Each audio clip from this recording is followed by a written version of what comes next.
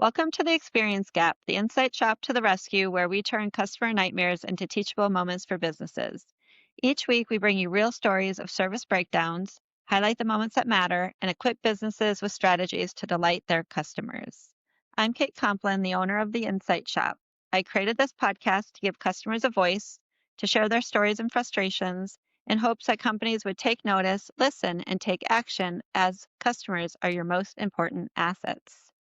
Joining me today is Jim Tincher, the nation's leading authority on B2B customer experience. Jim stands as a visionary at the forefront of shaping its future. Jim's lifelong passion for CX led him to found his customer experience consultancy, Heart of the Customer. His insights continue to empower businesses in fostering more loyal and profitable customer relationships. He is the author of Do B2B Better and co-author of How Hard Is It to Be Your Customer? Jim, it's great to have you on my podcast. Thanks, Kate. Great to be here. So, Jim, tell the audience about your customer experience with Delta Airlines' poor communication during a series of delays. What fell short?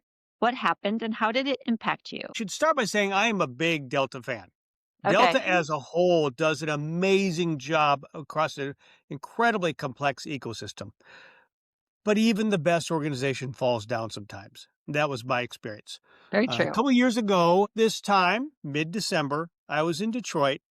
And on Friday night, my flight was canceled due to rain in Minneapolis, where I'm from. No big deal, not Delta's fault. Got a hotel, fine. The next morning, I had a 7:30 flight. So I got in early, went to the club, listened to the Christmas music, got my breakfast, and then went to my airline. I went to my gate, and 7:30 came and 7:30 went. At about 7:30, an announcement came over the speaker saying, "I'm sorry, your flight hasn't left Kansas City yet." I feel like you knew that before now, that it wouldn't be here on time because it's not instantaneous from Kansas City to Detroit. Clearly, there's an opportunity to better communicate that wasn't happening. So a bit frustrated. It's holiday season. I want to get home. And I'm going to be delayed by another couple of hours. So I go back to the club. The clubs were not designed for you to spend all day long because they have about a 2-hour cycle of their Christmas music. I learned Okay. this the hard way.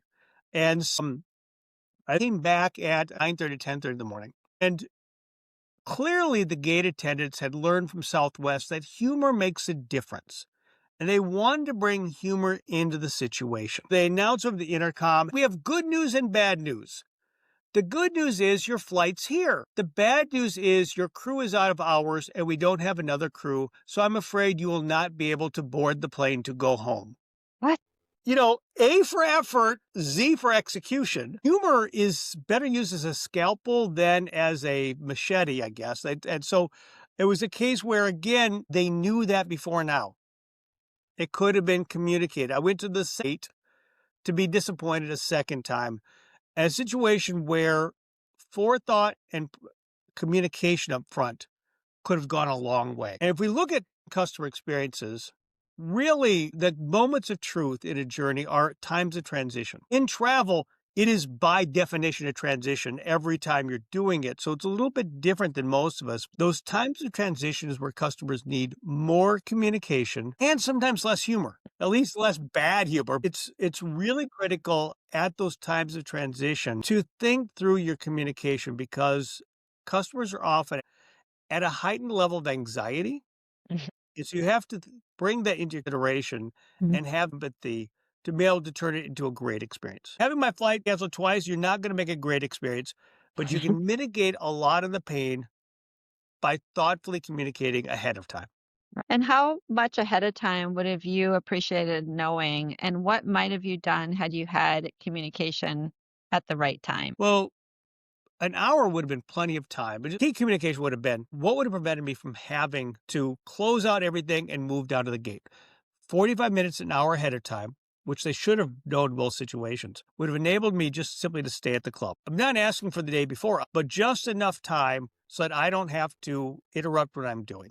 What would you say in that experience were some moments that they really needed to get right? And what were some of the major pain points for you personally? Well, moment to get right is that communication, to let me know what's going on, to give me the ability to plan. One thing that we know in customer experience is that customers often want to plan, want to know what to expect, and I had no ability to plan. That's really what it comes down to is enabling your customer to do what they need to do. How did you end up getting home? So there's the good part of it.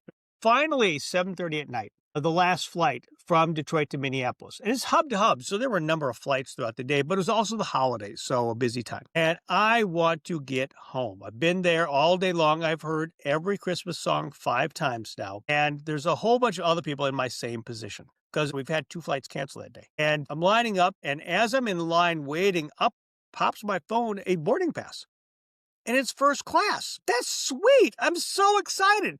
I go up to the gate and she says, I don't see you in the system. I'm like, well, it's right there. I've got it. And the supervisor leans over and says, just give him that seat, a first class seat, which is fantastic.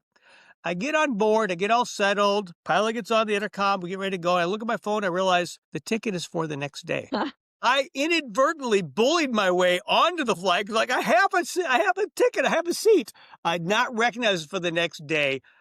They possibly knew about it, not at the moment, but weren't going to pull me off the plane.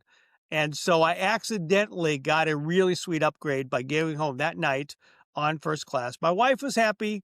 I was happy. The person that was supposed to have that seat, probably less happy. Well, hopefully that person didn't have 2 flights canceled on them. Exactly. Yes. Well, I'll leave you with this. In the US domestic flying, roughly 1 in 5 flights arrives late. So the delay experience isn't an exception, it's part of the standard customer journey. Global research that includes US flyers shows the single biggest priority after booking is simply keep me informed about my flight. 82% of passengers say flight status updates are their top need, and nearly 3/4 want those updates on their phone. How does that sit with you, Jim? 100%. I want keep informed is really what I'm looking for. You're Mm. not going to delight me with a canceled flight, No. and I don't expect to be delighted. And I have a lot of forgiveness for airlines. I Mhm. understand flights happen.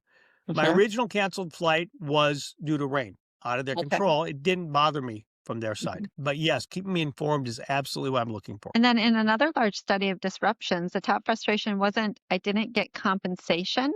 It was no one told me what was happening. Right. Lack of communication beats money as a pain point. Do you agree with that personally, Jim? Well, I do. And there's some other research from Beyond Philosophy that backs that up that when customers have a complaint, whether or not they receive compensation was less predictive of loyalty than if they thought the process was fair.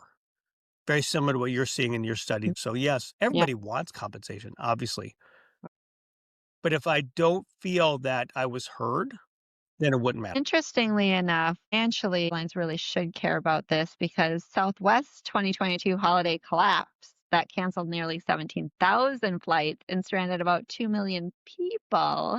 Regulators didn't just blame the weather. They called out Southwest for failing to provide timely flight status updates or reachable customer service and hit them with a record $140 million penalty. You don't want that. If you want your customers to stop grumbling at the gate and start raving about your brand, taxi over to the Insight Shop and let's redesign the experience. So thank you, Jim, for sharing your story about your poor experience with Delta Airline Communications during your series of delays. Thanks, Kate. And again, I'm a big Delta fan, love them, but even the best brands have their bad days. They sure do. And thanks to our listeners for tuning into the Experience Gap Insight Shop to the rescue, helping businesses turn frustration into delight, one experience at a time.